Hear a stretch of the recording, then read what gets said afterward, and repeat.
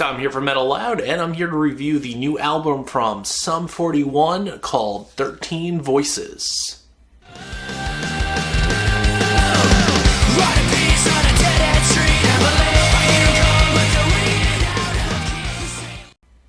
Sum 41, and in particular their vocalist Derek Whibley, have been through some shit. He recently managed to clean himself up after being on the brink of death from alcoholism, and it's really kind of nice to see that they have this new energy to them. Their last couple albums kind of flew under the radar a bit. I was actually a huge fan of 2007's Underclass Hero, but their album after that really didn't catch my attention and all. I've listened to it a couple times. It's okay, but it's really kind of hit or miss for me.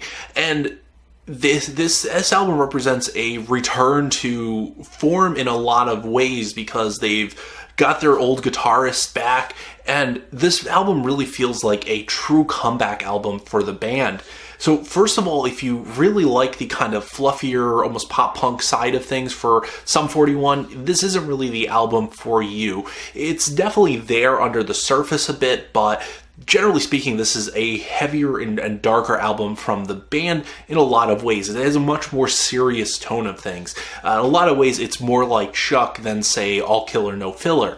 The album opens up with this kind of somber intro track that just leads into probably one of my favorite Sum 41 tracks of all time, called Goddamn I'm Dead Again. It's really pretty awesome because the return of the guitarist Brown sound could really be felt right out the gate with this. There's a fantastic guitar riff that goes throughout the entire song, and there's a few solos in there as well that really show off his technical abilities, and it's a song it's fun to listen to. It's got a message, it's got an edge to it. It's definitely a great song in general, and definitely from this band. Like I said, it's probably one of my favorite Sum 41 songs that they've ever done here. And the first single that they released off this album, called Fake My Own Death, still stands up. I really like that track. It's a little bit more on the poppier side of things, a catchier side of things, but it really shows what they can do, in that this band is kind of back to what they were and starting to rebuild themselves at this point. And it just works very, very well. It's kind of very indicative of their catchier roots that they had. The chorus is definitely fun to sing along to, and that guitar riff on that track as well is definitely just excellent on there. Now, seeing that this band has been through some dark times, it's not really that surprising to see that this album is a much more serious and somber album on a whole, and you kind of get a lot of these songs that are about facing your demons and overcoming things and fighting through all that stuff, that kind of self-motivational things.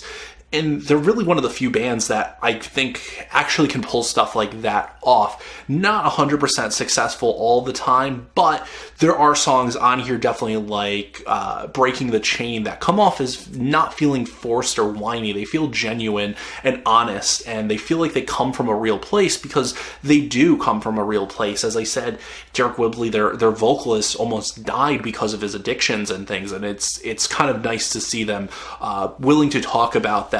And you really get a sense that it's coming from this honest place that they have. Now, while 13 Voices is a strong album overall, it's not a perfect album.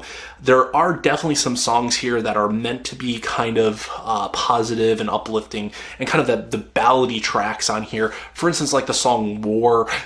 And they just don't really do well for me. They kind of fall flat, and I'm sure they'll get a lot of live play. They kind of have that feel like they're meant to be played on the radio or played live.